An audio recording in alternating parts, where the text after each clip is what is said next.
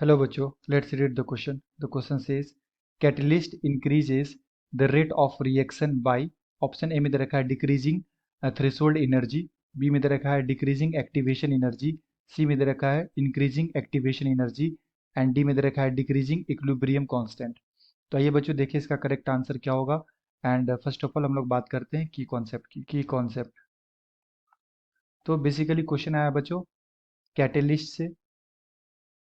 Catalyst and catalyst क्या करता है बेसिकली बच्चों रिएक्शन के अंदर हम लोग यहाँ पे बोल सकते हैं it increases the rate of reaction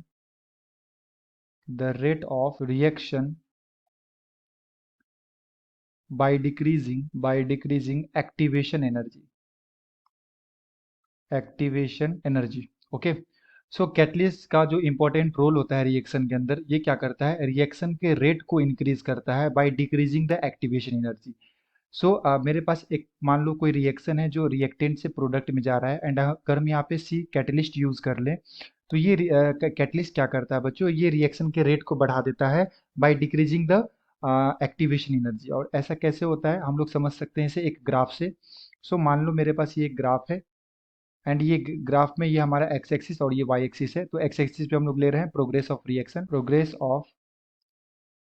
reaction and Y axis पे हम लोग ले रहे हैं बच्चों एनर्जी। तो होता क्या है कि अगर मेरे पास ये रिएक्टेंट यहाँ पे है कुछ एनर्जी पे है ना, एंड देन ये किस पे कन्वर्ट होगा, ये मान लो कुछ प्रोडक्ट में बन रहा है। तो बेसिकली होता क्या है कि जो भी रिएक्टेंट मॉलिक्यूल्स होते हैं हमारे पास, इसके पास कुछ इनिशियल एनर्जी होता है ना। लाइक ये जो एनर्जी आपको दिख रहा है एनर्जी गैप, इसे हम लोग क्या बोल सकते हैं इनिशियल एनर्जी। ओके, तो ये मॉलिक्यूल्स के का क्या होता है इनिशियल एनर्जी होता है। एंड जब भी रिएक्टेंट से प्रोडक्ट के अंदर जाते हैं तो इसे एक एनर्जी बैरियर क्रॉस करना पड़ता है। लाइक ये बैरियर क्रॉस करना पड़ता है एंड ये जो हमारे पास गैप होता है इसे हम लोग क्या बोलते हैं बच्चों, थ्रेशोल्ड एनर्जी बोलते हैं।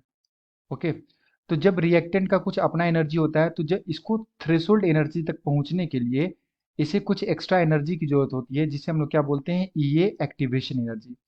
तो ये एक्टिवेशन एनर्जी बेसिकली क्या कर रहा है कि ये थ्रेशोल्ड एनर्जी को, इस बैरियर को जब तक क्रॉस नहीं करेगा तो ये प्रोडक्ट के अंदर में कन्वर्ट नहीं हो सकता। ओके, तो यहाँ पे जो इंपॉर्टेंट रोल होता है कैटलिस्ट का, कैटलिस्ट क्या कर देता है इस एक्टिवेशन एनर्जी को बच्चों डिक्रीज कर देता है ना। ये एक्टिवेशन एनर्जी को क्या कर देता है बच्चों, डिक्रीज कर देता है।